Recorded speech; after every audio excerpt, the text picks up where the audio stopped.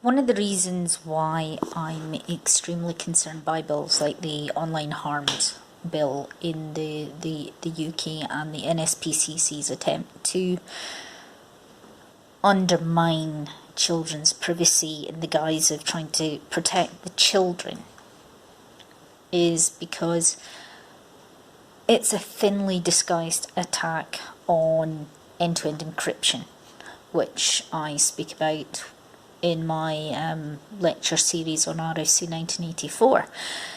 And there is one other thing to consider.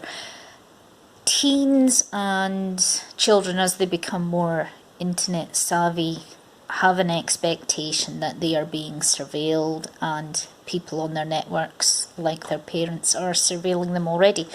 So they already know that they need to encode messages and hide them. And in practice, this is known as steganography, and it's a fairly ancient practice where the message would be hidden in plain sight. And it's like the ancient Greeks used to go and, tattoo a message on slaves' heads, and you'd have certain messages cached in a certain place so that if you knew where to look, you'd see the message immediately.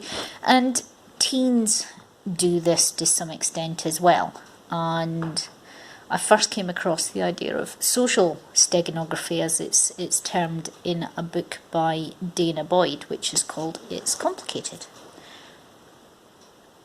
And it's about how teenagers share messages and how their communities worked. It was written back in the days of MySpace and when Facebook was first getting started, but it's a really interesting read, and I'd recommend people read it.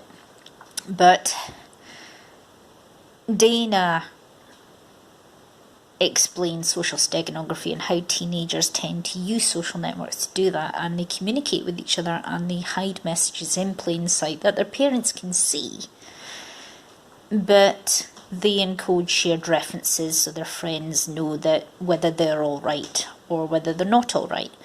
Like, one example in the book is a teenager who was posting on Facebook, knowing that her mother read her Facebook.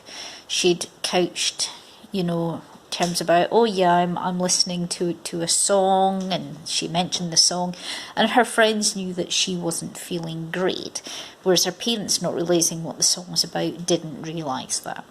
So it's these encoded messages in plain sight. And the thing is, it's very difficult, I think, for most people to realise the dangers of this. Not so much the children needing privacy, because this is what's being demonstrated by social steganography. It's by the lobbying by certain child protective groups, and also from elsewhere, to try and restrict end-to-end encryption, to try and put backdoors in to protect the children, want someone to think about the children. And, well, people in InfoSec and who worry about privacy do think about the children, but they're also thinking about the children through life, and they're also thinking about those children's next generation.